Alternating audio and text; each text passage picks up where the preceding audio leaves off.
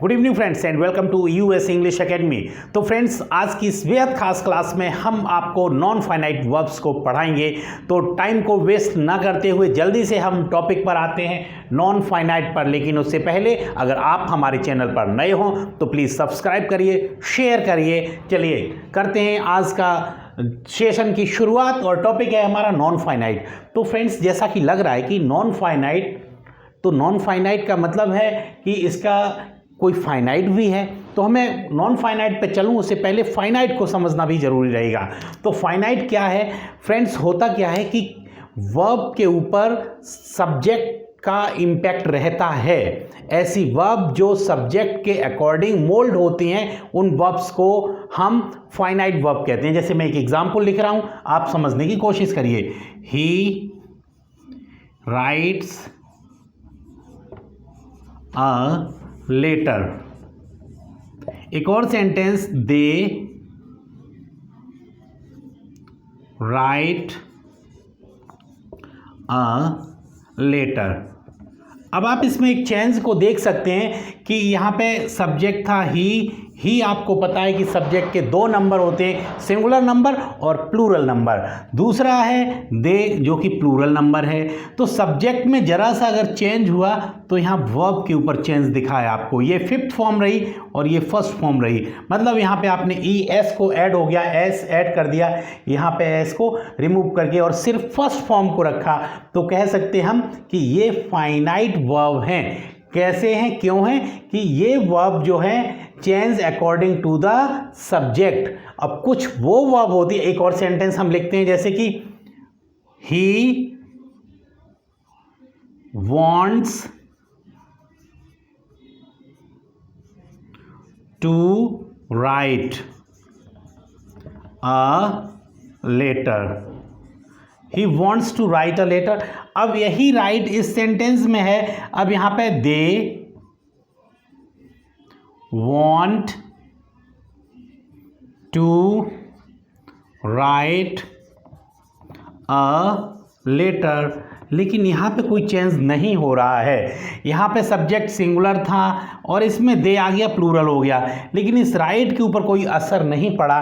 तो इसी के ऊपर जब असर नहीं पड़ा तो इन वर्ब को ही हम नॉन फाइनाइट वर्ब कहते हैं। और यहाँ पे जो वर्ब वांट या यहाँ पे जब राइट थी, ये सब्जेक्ट के अकॉर्डिंग चल रही थी, इस वर्ब के ऊपर सब्जेक्ट का असर पड़ रहा था, तो हम इसे फाइनाइट वर्ब कहेंगे। और जिस वर्ब के ऊपर सब्जेक्ट का कोई असर नहीं पड़ता है, ऐसी वर्ब को नॉन फाइनाइट वर्ब कहते हैं। तो हम जल्दी से चलते हैं कि ये नॉन फाइनाइट और नॉन फाइनाइट क्लियर हो गया।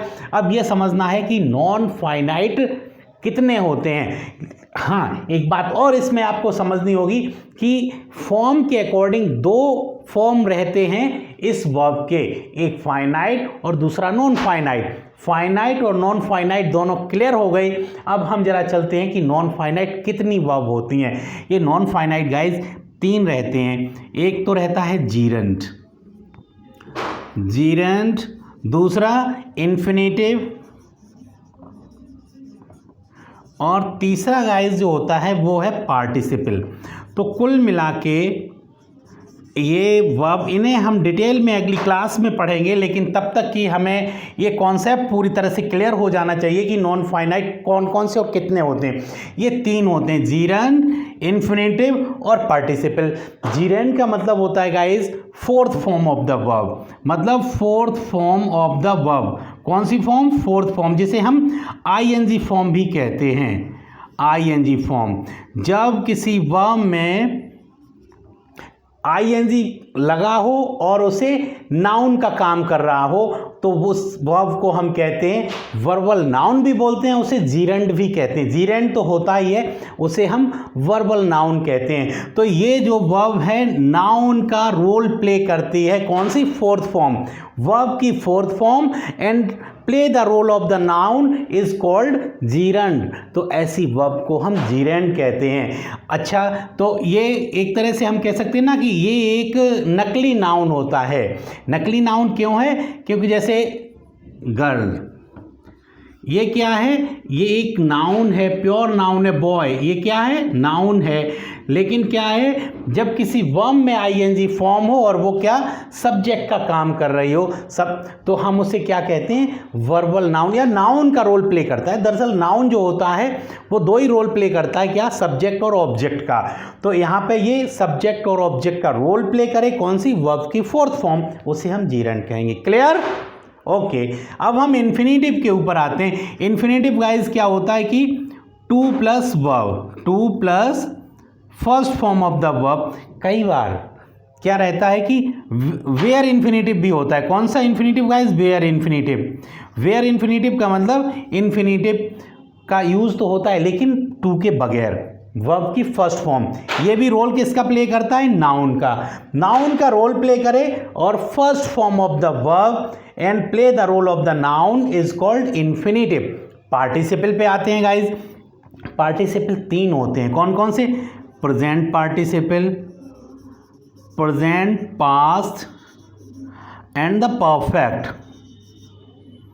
तो ये परफेक्ट, ये तीन होते हैं। और ये क्या रोल प्ले करते हैं, ये एडजेक्टिव का रोल प्ले करते हैं किसी भी सेंटेंस में, और इन्हें हम क्या कहते हैं, पार्टिसिपल कहते हैं। तो ये इस तरह से, ये क्या है, हैविंग प्लस थर्ड फॉर्म। ये क्या है, ये इस पार्टिसिपल की जो वर्ब हैं उनके डिफरेंट फॉर्म्स हैं।